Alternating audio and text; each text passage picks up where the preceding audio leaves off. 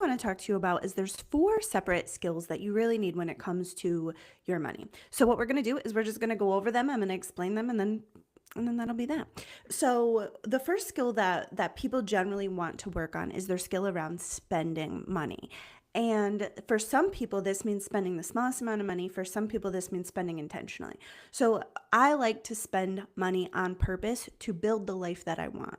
And so that means not spending money on things that I don't want, things that are not going to enhance the quality of my life, and spending money on things that I do think will enhance the quality of my life. And so the ability to discern between need, wants, and desires is really what goes into that. And what I want to say here is there's a major limiting belief that a lot of people have around money, and that it's like that buying for needs is good, but buying for wants or for desires is wrong. And that belief is really, really unhelpful. What it does is it generates a lot of scarcity. It's a major scarcity. It's one of the underpinning pinnings of a scarcity mentality. So there's that. So once we can understand from there, then we also need to understand spending habit loops, like trigger, routine, reward, like what triggers our spending habits, what routine we take, and what the reward is, which also leads us to being able to curb if we're doing emotional spending. So if you're spending your money to fill an emotion, that can be okay as long as the thing that you're buying fills the emotion. If the thing that you're buying doesn't fill the emotion, then we're really adding like a band-aid to a need that you're having, and that can end up getting very, very expensive. Now, another thing that goes into being able to spend money like intentionally is looking at your time, money, and energy as like a connected thing. So most of the time when people are overspending, it's because they're using their money to solve a time problem, they're using their money to solve an energy problem. And so when we look at all three of those things, time, money, and energy, and we take into account like the amount of time that I actually have to spend on something or the amount of energy that I would have, then it gives me much more realistic views. A lot of times people will try to change their spending in ways that would require a lot of time or a lot of energy. And that just, if you don't have those other resources, then your plan falls apart. So to me, spending intentionally means using my money on purpose to fund the life and the future. You know what I mean? The future that I want. It means not buying things that are like a low grade wants, not buying things that are filling for an emotional need that doesn't actually solve that need. And just keeping aware of my spending habits and being on purpose with my money. To me, that's the best way to spend money. Although some people do really like to squeeze their money real hard.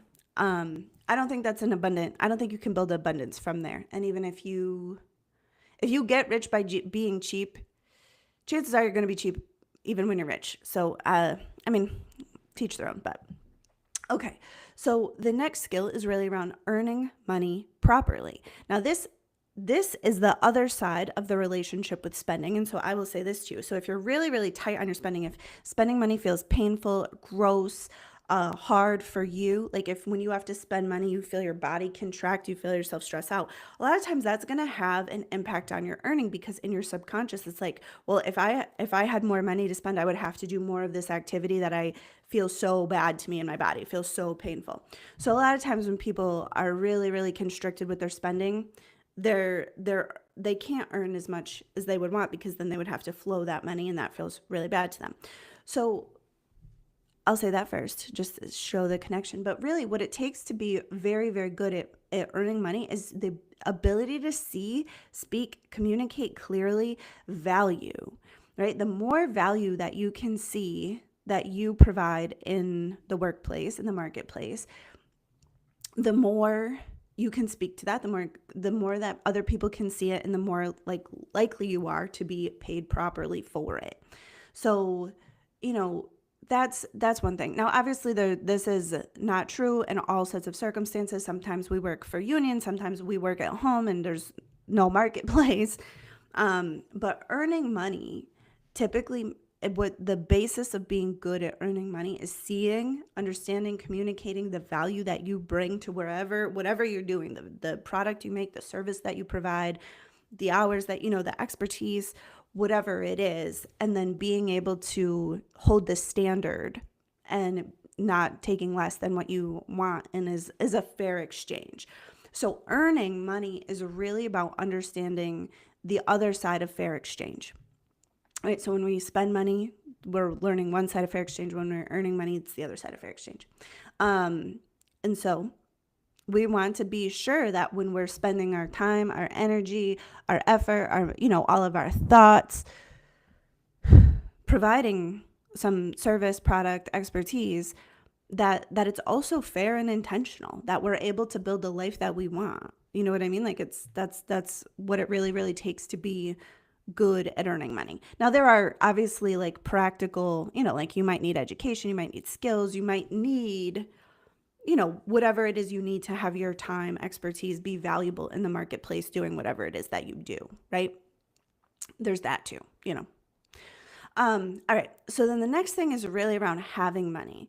So a lot of times people will have a mistake around thinking that if they don't spend money, like if they spend less money at the store, if they spend less money, that they're saving money. And really what I'm talking about is probably a little semantics here, but having money in your bank account, like having money that's waiting to be out, you know what I mean? Like, let's just say you're saving money for a vacation or you're saving money for a new roof or something. Having money, like being able to have money that does not cause basically burn a hole in your pocket, like being able to be safe with money is really at its core a relationship with self-trust. Is really your ability to be like, I can hold this and use it when the time comes. And so it's a game of trust. It's a game of patience with yourself, because the money is, money's energy, but money's like, and it's just in there. But this is the place where once we start having money, a lot of times what can end up happening is like your brain will start to see so many possibilities that it couldn't see before, right? So let's just say you get, I'll tell you, this is my story. The first time I had $10,000 like in my checking account, my brain like got a little wonky around it, because that was the first time I ever had that much money in my checking account. And my brain was like, you could do this with it. You could do that. You could buy new couches. You could blah, blah, blah, blah, blah. And like my brain, all of a sudden it was like my reality had been like this big when it came to that money. And so the money was cool to sit there. All of a sudden the $10,000 mark hit. And now my reality came this big, and my mind got so busy exploring all of the possibilities for all of the things that I could do with this money. And if I thought about it too much, what would end up happening is I would work myself into scarcity, because obviously the $10,000 wasn't enough to pay this off, pay that off, buy new couches, do everything.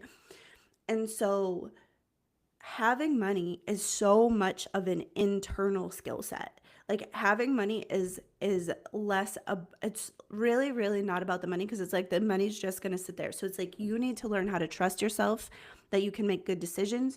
You need to trust your ability to be patient.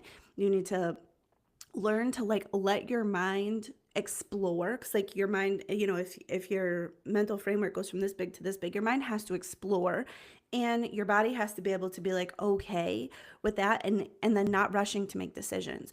So when we don't trust ourselves with money and we end up having what like the most common way that I'll hear people talk about this is they say, I have to do something good with this money before I do something stupid with this money. And then they'll rush to get rid of it in an attempt to spend it as fast as they can wisely, rather than spending, piddling it away. Right? So having money is really, really about trust. All right. So the last thing I want to talk about is around investing money. And so this skill set is really around multiplying money. And this takes a practical skill set. And so it depends on what kind of investment you're doing, whether or not you're buying real estate, or you're buying in the stock market, you're buying businesses, you're buying crypto. It does not matter. You need to understand that investment and how the markets work. So there's an entire practical understanding of that. You need to understand the taxations, how to place your trades, or how to get in and out of these transactions, what the market is doing, right? So there's this entire layer of knowledge, like very practical knowledge. And then It's really about risk management and it's about nurturing and protecting. So it's like, what do I need to give this investment for it to grow, right? Some kinds of investments really need some nurturing. They need to be checked on, they need to be updated, they need to be, painted, things like that. So how do you nurture this investment so it can provide cash flow to you? How do you protect it? Like, are you buying insurance? Are you checking your accounts weekly? Like, what are you doing to protect this investment? Um, while, and this is where that skill set comes in. This is not, investing money is like a little bit energetic, but there's a lot of like just practical things that you need to do. So these four skills are very, very different. So a lot of times when people think about money, they think about being good at spending, and that's fine, but that's one of four. And so when you can have all four of these, this is where your relationship with money really gels up and you can start really, really making good progress. So these are some of the things that I'm working with my clients on. So if you want to talk to me about your relationship with money, if you're looking to like really take your financial progress, your financial well-being, your sense of security, all of that to the next level, I'm taking private clients and I have space in my mastermind. All right. I love you so much. I'll talk to you later. Bye.